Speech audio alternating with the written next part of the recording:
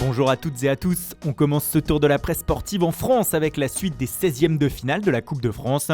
Et dans le seul match de la soirée, il n'y a pas eu de surprise, le Paris Saint-Germain s'est facilement imposé contre Vannes, pensionnaire de N2 hier 4-0.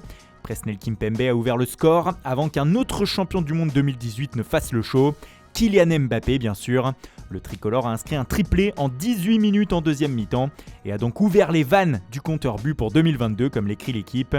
Ça jouait également en Espagne hier avec la fin de la 19e journée de Liga et précieuse victoire du Séville FC sur la pelouse de Cadix 1-0 grâce à Lucas Ocampos.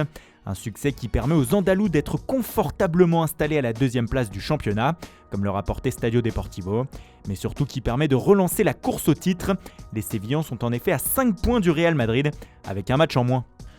En Angleterre, on jouait pour la 21e journée de Premier League ce lundi soir, et Manchester United est de nouveau retombé dans ses travers face à Wolverhampton. Défaite 1-0 à Old Trafford, la première depuis l'arrivée sur le banc de Ralf Rangnick. C'est João Moutinho qui a offert la victoire aux siens, ce qui lui valait bien la une du Daily Mail qui parle d'une touche dorée. Les Wolves reviennent à la 8e place, à 3 points des Red Devils, 7e.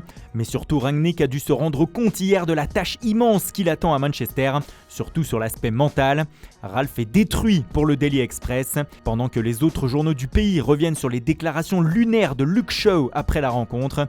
Le défenseur de MU a indiqué que l'équipe manquait de motivation, comme le placarde en gros The Times sur sa une.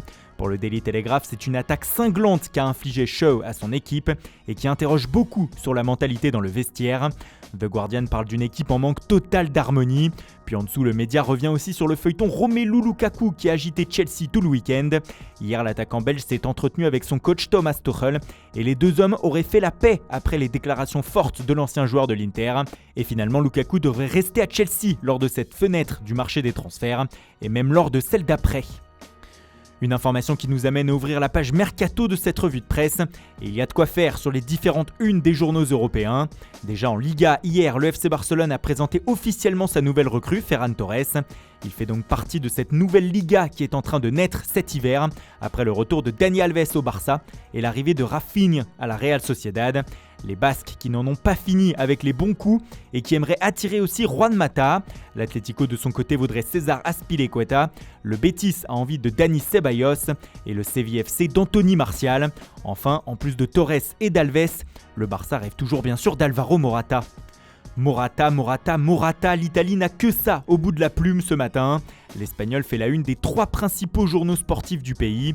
Pour la Gazzetta dello Sport, ce n'est qu'une question de jours avant que l'international espagnol ne rejoigne le FC Barcelone. 9 jours exactement, puisque le buteur de la Juve serait d'accord avec les Blaugrana.